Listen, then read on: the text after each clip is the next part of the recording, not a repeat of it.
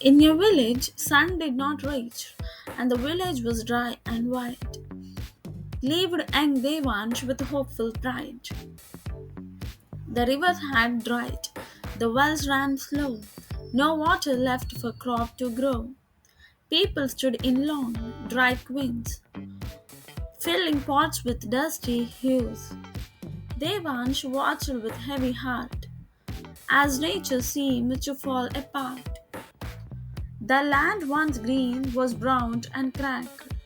The village's bridge slowly lacked. Where has all the water gone? Devansh asked for dusk to drown. He saw people waste without a thought. Taps left running, lessons not taught. In homes, buckets overflowed, while others walked miles down the road. He scribbled notes and made a chart, trying to fix the world with heart. His eyes held questions deep and wide about the world's water divide. The night a glowing drop appeared, golden and bright it however near.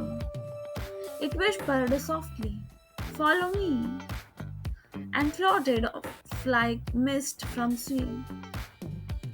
In dreams, they once took its hand and traveled far across the land. He saw rivers pure and flowing wide, forests green with life inside. But slowly the version turned to grey, as misuse took it all away. "I am water," said the golden gleam, once poor and free, now lost in dream. People forget my worth and grace. They treat me like I'm out of place. Devansh listened with a quiet nod, assumed of how the world had trod. "Every drop is life," it said with sorrow. "Waste today steals tomorrow." Devansh promised to make it right, to guard each drop with all his might. Devansh awoke with sudden start, a mission blooming in his heart. He ran to school and stood up tall. "Let's save our water, one and all." He spoke of taps and leaking pipes, and gave his friends water-saving tips. The class was quiet, then clapped loud. Devansh had made his teachers proud. His words were strong, his life will like fire, to lift the village from its mire. Soon tanks were fixed and taps closed tight, buckets used with measured sight. Kids learned to bath with less each day, and parents followed in their way. Rain barrels stood by every home, catching drops that used to roam.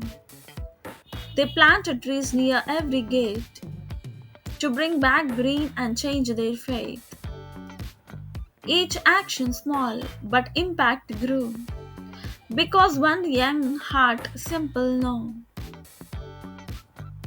One more morning, clouds gathered above. The sky grumbled with thunder and show.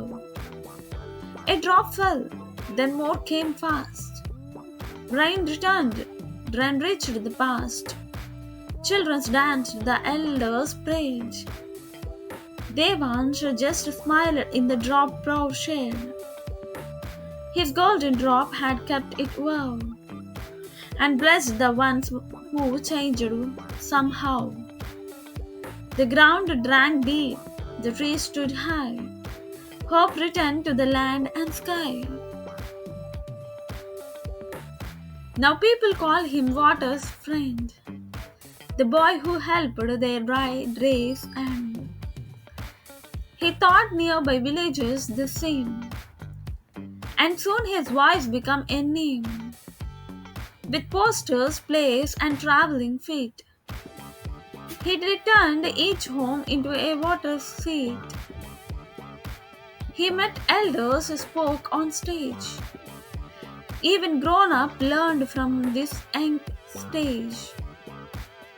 The golden drop still lived inside, guiding him as his hopes spread wide.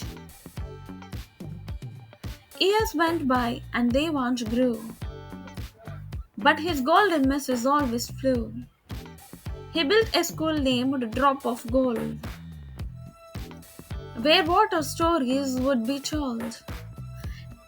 He teach young kids how to converse and care for rivers that twist and grow. His heart still young, his voice is still clear. Every drop is life, hold it dear. And when one child asked him why, he simply said, "Look at the sky."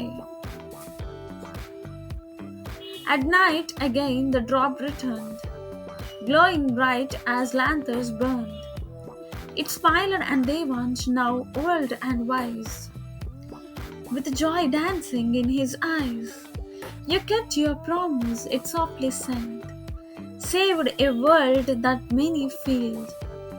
Devansh bowed and held it near. His journey had been bold and clear. Once golden drop, once little boy, together brought a world some joy. Water is not just something we use, it's life in motion, not to observe. A drop today is tomorrow's seed. So waste not, even in times of need.